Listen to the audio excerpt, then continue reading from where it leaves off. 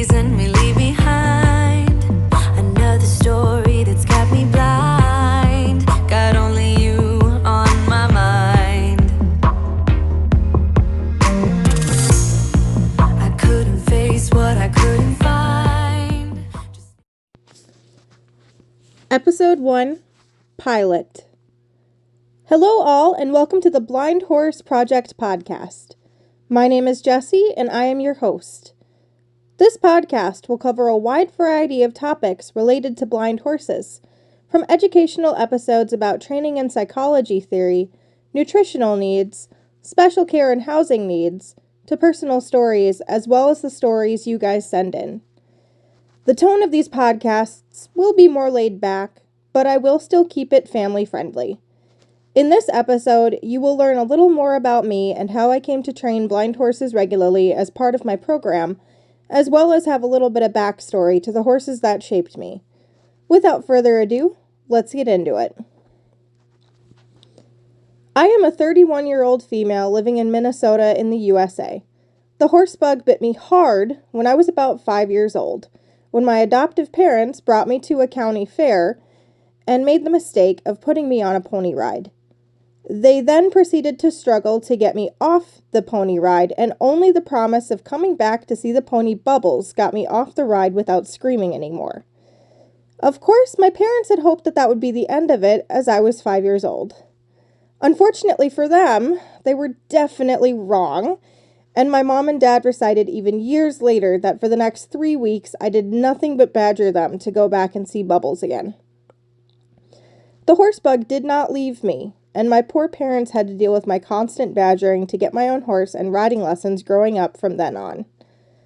When I was 12, I had the opportunity to ride a half-blind 22-year-old Appaloosa mare named Lily regularly, and so I did. Every day after school, I would ride with my best friend at the time on trail rides that would go on for hours.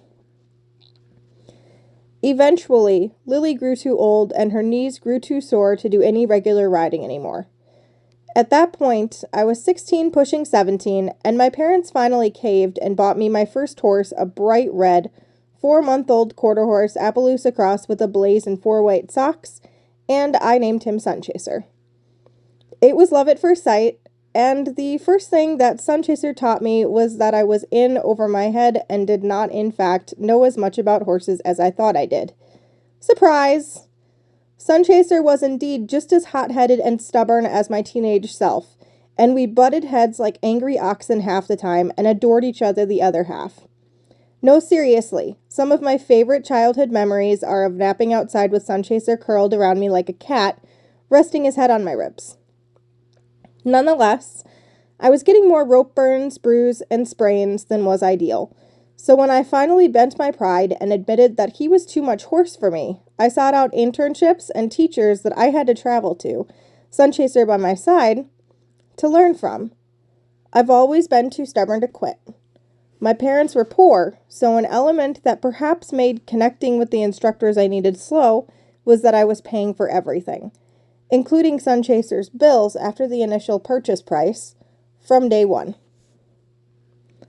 Sunchaser taught me a lot of key life lessons as well as skyrocketed my horsemanship journey above average simply because he was a fantastically smart and inquisitive horse with a good play drive. He made me look far more talented than I actually was. He was my first liberty and bridleless horse, and at the end of the day, even butting heads, we had so much outright fun together. He shaped a large part of who I was growing up those testy years. Unfortunately, shortly after I was married, Sunchaser was diagnosed with navicular that stemmed from a lack of knowledge catching insulin resistance too late. It was absolutely my responsibility as his owner, but as a kid, I had been taught over and over by adults that when he was sore from being put out on pasture, it was normal for that to happen while he was getting used to grass. It isn't. He had foundered after having laminitis so many times, and it is my honest opinion, having learned that navicular is a circular condition, that is, the horse avoids putting pressure on the heel because it hurts, but the improper movement causes damage to the back of the foot and navicular bone, which then turns it into a chicken egg formula, that the laminitis founder issue caused the navicular. Sunchaser had always been my forever horse, but even if he wasn't, that horse has given so much of himself to me over the years that he has earned his early retirement at 14 and the expensive pain regime he now needs to keep him happy. I have been in contact with a navicular rehab specialist over the years, and thanks to her education, Sunchaser has been rehabilitated much farther than the vets originally thought he would. He is pasture comfortable, no grass, but he can move solidly at the walk and trot with boots on, and because of that progress that was originally said wouldn't happen, we aren't giving up yet and are trying new things every day. But one thing is for sure, the experience has turned me into absolutely an equine nutrition nerd to an obsessed degree. And I have turned into the horsewoman that will pull any horse that shows any type of insulin-resistant signs off of grass like hot potatoes. And that brings me to my very first completely blind horse, Sir Blinken. So before Sunchaser was diagnosed with navicular, I got married. My then husband and I moved to a 40-acre farm property, and I wanted to bring my horse home. Horses can't live alone, so it was the best excuse ever to do what every horse person wants, get another horse. So after asking around, Sunchaser's breeder got me in contact with their old friend who was looking for a home for her old show horse. My husband and I drove 4 hours up north to meet him, and it was an instant yes, and an excited anticipation for the next couple of weeks while I waited for my new gelding to arrive. Blink was a couple years older than Sunchaser and was a faded sorrel blanket Appaloosa bred for and shown halter and showmanship. Honestly, he looks like a leopard Appaloosa now unless he's had a bath or been rained on. Blink had also been kept a stallion and had been at stud services right up until I went to go meet him, so that added an additional element. It had been shared that he had had an electrical accident when he was young that ended his showing career and sent him to stud world, but we had originally brought him home to be a pasture mate for Sunchaser anyways, and nothing more. Maybe a horse to groom and play on the ground with, eventually start under saddle if he was happy with it, as he hadn't been ridden before. And when Sir Blinken did arrive, he was everything I had dreamed of, big, snorting, and prancing in the snow. The professional hauler was quite irritated with him, as Blink had been an uncharacteristic handful for him that day, that I remember too. But as he drove off, the magic of my heart horse and Liberty bridleless horse, meeting my second horse in my very own pasture, was a feeling and a sight that definitely took over. It wasn't until a week later that we realized something wasn't quite right. Literally, a whole week. We knew for sure Blink had been blind in one eye, but he had been so functional coming home, we didn't notice he was sucking at the air above the tank water when he wanted to drink.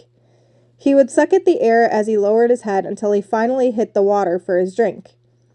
I was calling the vet out anyway to do an assessment, and when she did, she pointed out he was not half blind like we had originally thought. He was almost completely blind, likely able to only see shadows. The vet at that point recommended that we put him down, as blind horses couldn't have good lives. But Blink was functioning fine alongside my sighted horse, perfectly well and seemed happy. So I didn't put him down. It was shortly after that Sunchaser went lame, and I took him in and he was diagnosed with navicular. As I was trying all the things with Sunchaser and they weren't working, I started to realize that he was likely going to have to at least be retired at that point. It was one of the most heartbreaking things I had to come to terms with, and at that time I had no other trained horses. But I did have another horse. That horse was originally supposed to be a pasture pet, but I began to wonder if a blind horse could be started under saddle, even with no previous experience being ridden. I felt crazy thinking about it, but then again, I'm used to doing crazy things in my life. Starting Blink under saddle took both every last thing I had learned in horsemanship from the past 10 years and new knowledge, and it also took creativity. A lot of it. I essentially had to create an entirely new language for Blink to teach him basic lunge work, since the normal way relied on the horse being able to see you, and despite being blind, he was not without his opinions and lingering stud-like behaviors. Oftentimes, when I'd try to yield his forehand, he would snake his head at me or strike. I definitely was again out of my league in a training situation, but those situations tend to teach you the most. The other element that came into play was Blink's balance. He struggled in a way that I had never seen any other horse struggle with their balance before. It was entirely obvious he did not know where his feet were, and the canter on the ground was especially challenging for him. At that point, I was really happy with the fact that I had taken dressage lessons. I knew the basics enough to help Blink learn slowly how to not flail around during anything faster than a walk. Teaching him to balance properly involved him tripping a lot at first, which was scary for me, but I also realized after the time that overall it was for the better, because he needed to know how to trip and catch himself at the trot and canter. We can't micromanage every moment of our horses' lives, and something at any point could spook him into a run in the pasture. I did try scheduling lessons with an advanced trainer, but they knew about as much of training a blind horse as I did. At that point, I had become attached, and realizing that Blink had not been able to run freely for a long time made my heart hurt. I wanted to give him back whatever freedom I could. Slowly but surely, Blink and I began to understand each other more clearly. When the groundwork was solid, very solid, we moved on to mounting and then riding.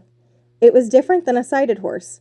Starting his first real rides in a round pen would be more dangerous than helpful if he were to spook, so I rode in the more open areas.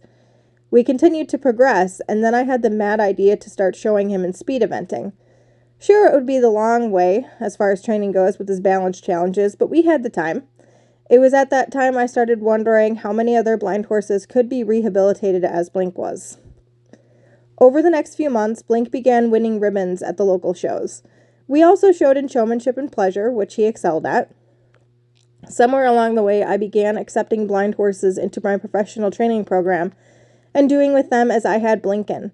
Somehow the most common blind breed that I ended up with were Percherons. But every single blind horse that walked into my training program came out rideable successfully. It took longer, as you can't cut corners with a blind horse as many do a sighted, but they all still succeeded. Blink and I have now moved on to working on Bridleless and Liberty. In fact, we did an all-day blind horse horsemanship demo at the Washington County Fairgrounds this past summer, with an emphasis on his bridleless work. And he has recently begun to fully gallop confidently with a rider. He has his freedom back, as long as there is a guiding hand. He has taught me so many invaluable lessons, and what he has taught has helped others.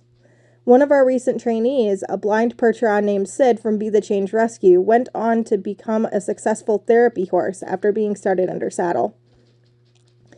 Blink and I will continue to push further along in our journey together, with our goal together of teaching others how to also be successful, and show that blind horses can not only lead happy lives, but purposeful ones as well. Thank you for listening to the first episode of the Blind Horse Project podcast. Tune in next week for the next topic, the basics of housing your blind horse.